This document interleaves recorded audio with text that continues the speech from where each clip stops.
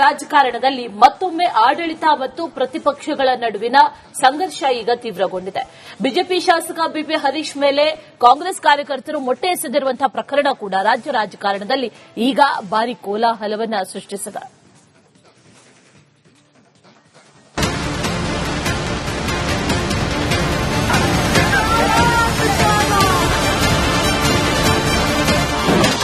ಮೊಟ್ಟೆ ಎಸೆತ ಪ್ರಕರಣದಲ್ಲಿ ಡಿಕೆ ಬಿಕೆ ಭಿನ್ನ ಮಾತು.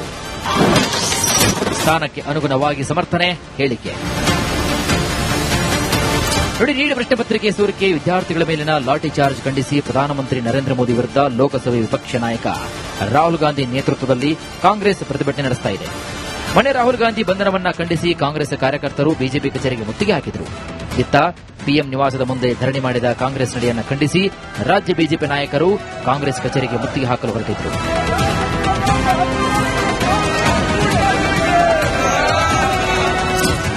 ಕಾಂಗ್ರೆಸ್ ಕಚೇರಿಯತ್ತ ಹೊರಟ ಕಮಲಕರಿಗಳನ್ನು ಬೆಂಗಳೂರಿನ ರೈಲ್ವೆ ದಂಡು ಬಳಿ ವಶಕ್ಕೆ ಪಡೆಯಲಾಗಿತ್ತು. ಆದಾಗ್ಯೂ ಬಿಜೆಪಿ ಶಾಸಕ ಬಿಪಿ ಹರೀಶ್ ಕಾಂಗ್ರೆಸ್ ಮುಂಭಾಗದ ರಸ್ತೆಯಲ್ಲಿ ಹಾಜರಾಗಿದ್ದರು. ಇದರಿಂದ ಕೆರಳಿದ ಕಾಂಗ್ರೆಸ್ನ ಕಾರ್ಯಕರ್ತರು ಮೊಟ್ಟೆ ಎಸೆದು ಆಕ್ರೋಶವನ್ನು ಹೊರಹಾಕಿದರು.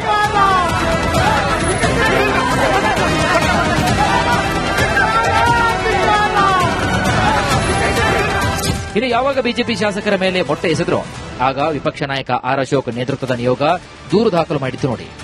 ಅಲ್ಲದೆ ಕಾಂಗ್ರೆಸ್ ವಿರುದ್ಧ ಹಿಗ್ಗಾಮುಗ್ಗಾ ವಾಗ್ದಾಳಿ ನಡೆಸಿದರು. ಆದರೆ ಮೊಟ್ಟೆ ಎಸೆದ ಪ್ರಕರಣದಲ್ಲಿ ಕೆಪಿಸಿಸಿ ಅಧ್ಯಕ್ಷ ಬಿಕೆ ಹರಿಪ್ರಸಾದ್ ಹಾಗೂ ಮುಖ್ಯಮಂತ್ರಿ ಡಿಕೆ ಶಿವಕುಮಾರ್ ಇಬ್ಬರೂ ಕೂಡ ಪ್ರತ್ಯೇಕ ಅಭಿಪ್ರಾಯಗಳನ್ನು ಹೊಂದಿದ್ದಾರೆ. ಪಕ್ಷದ ಅಧ್ಯಕ್ಷರಾಗಿರುವಂತಹ ಬಿಕೆ ಹರಿಪ್ರಸಾದ್ ಪಕ್ಷದ ಕಾರ್ಯಕರ್ತರನ್ನ ಸಮರ್ಥನೆ ಮಾಡಿಕೊಳ್ಳಬೇಕಾಗಿದೆ. ಹೀಗಾಗಿ ಕೈ ಕಾರ್ಯಕರ್ತರು ಮೊಟ್ಟೆ ಎಸೆದ ಘಟನೆಯನ್ನ ಕೆಪಿಸಿಸಿ ಅಧ್ಯಕ್ಷ ಬಿಕೆ ಹರಿಪ್ರಸಾದ್ ಪರೋಕ್ಷವಾಗಿ ಸಮರ್ಥನೆ ಮಾಡುತ್ತಿದ್ದಾರೆ. ಒಂದೊಮ್ಮೆ ಮೊಟ್ಟೆ ಎಸೆದ ಪ್ರಕರಣದಲ್ಲಿ ಕೈ ಕಾರ್ಯಕರ್ತರ ಸಮರ್ಥನೆ ಮಾಡಿಲ್ಲ ಅಂದ್ರೆ ಅದು ಪಕ್ಷದ ವಲಯದಲ್ಲಿ ತಪ್ಪು ಸಂದೇಶ ರವಾನೆ ಆಗಲಿದೆ ಎಂಬ ಚರ್ಚೆ ಕೂಡ ಕೈ ಪಡಸಾಲೆಯಲ್ಲಿ ನಡೀತಾ ಇದೆ. ಕಾಂಗ್ರೆಸ್ ಪಕ್ಷದ ಕಚೇರಿ ಇದೆ ನೋಡಿ, ಪ್ರತಿಯೊಬ್ಬ ಕಾಂಗ್ರೆಸ್ ಕಾರ್ಯಕರ್ತರ ರಕ್ಷಣೆಗೆ ನಿಲ್ತಕ್ಕಂಥದ್ದು ಜವಾಬ್ದಾರಿ ನಂದು. ಪ್ರತಿಯೊಬ್ಬ ಕಾಂಗ್ರೆಸ್ ಕಾರ್ಯಕರ್ತರ ಜವಾಬ್ದಾರಿ ಕಾಂಗ್ರೆಸ್ ಪಕ್ಷದ ಕಚೇರಿಯನ್ನು ಕಾಪಾಡತಕ್ಕಂಥದ್ದು, ತ್ರಿವರ್ಣ ಧ್ವಜವನ್ನು ಕಾಪಾಡತಕ್ಕಂಥದ್ದು ಇದರದ್ದು ನಮ್ಮ ಜವಾಬ್ದಾರಿ. ಆದರೆ ಇಷ್ಟೆಲ್ಲ ಆಗ್ಲಿಕ್ಕೆ ಕಾರಣ ಇವರು ವಿಷಯಾಂತರ ಮಾಡಲಿಕ್ಕೆ ಪ್ರಯತ್ನ ಮಾಡತಕ್ಕಂಥದ್ದು. ರಾಹುಲ್ ಗಾಂಧಿ ಅವರು ಹೋಗಿ ನರೇಂದ್ರ ಮೋದಿ ಅವರ ಮನೆ ಮುಂದೆ ಧರಣ ಮಾಡಬೇಕಂದ್ರೆ ಕಾರಣ ಏನು? ಅಲ್ಲಿರ್ತಕ್ಕಂಥ ವಿದ್ಯಾರ್ಥಿಗಳಿಗೆ ರಕ್ತ ಬರೋ ತರ ಹೊಡೆದಿದ್ಯಾರು? ಹೆಣ್ಮಕ್ಳ ಬಟ್ಟೆ ಬಿಚ್ಚಿ ಲಾಠಿ ಪ್ರಹಾರ ಮಾಡಿದ್ಯಾರು? ಅದ್ರ ಜೊತೆಗೆ ಇಡೀ ಭವಿಷ್ಯವನ್ನೇ ಹಾಳು ಮಾಡಿದವರು ಯಾರು? ಕಾಂಗ್ರೆಸ್ ಕಾರ್ಯಕರ್ತರು ಮೊಟ್ಟೆ ಎಸೆದ ಘಟನೆಯನ್ನ ಮುಖ್ಯಮಂತ್ರಿ ಡಿಕೆ ಶಿವಕುಮಾರ್ ಸಮರ್ಥನೆ ಮಾಡಿಲ್ಲ. ನಾವು ಪ್ರಶ್ನೆ ಪತ್ರಿಕೆ ಸೋರಿಕೆ ವಿರುದ್ಧ ಪ್ರತಿಭಟನೆ ಮಾಡಿದ್ದೇವೆ. ಮಂಗಳವಾರದಂದು ಕಾಂಗ್ರೆಸ್ ಕಚೇರಿ ಬಳಿ ಮೊಟ್ಟೆ ಹೊಡೆದಿದ್ದನ್ನ ಸರಿ ಅಂತ ನಾನು ಹೇಳುವುದಿಲ್ಲ. ಕಾನೂನಿನ ಪ್ರಕಾರ ಯಾವ ಕ್ರಮ ತೆಗೆದುಕೊಳ್ಳಲಾಗುವುದು ಅಂತ ನಮ್ಮ ಗೃಹ ಸಚಿವರು ಈಗಾಗಲೇ ತಿಳಿಸಿದ್ದಾರೆ.